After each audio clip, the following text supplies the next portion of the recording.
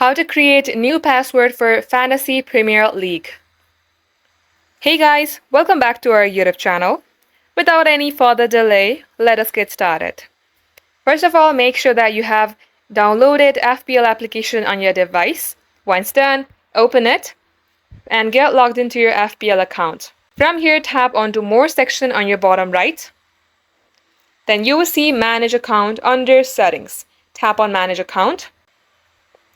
Here you will see Account Security. Tap on Account Security and tap on Update your password.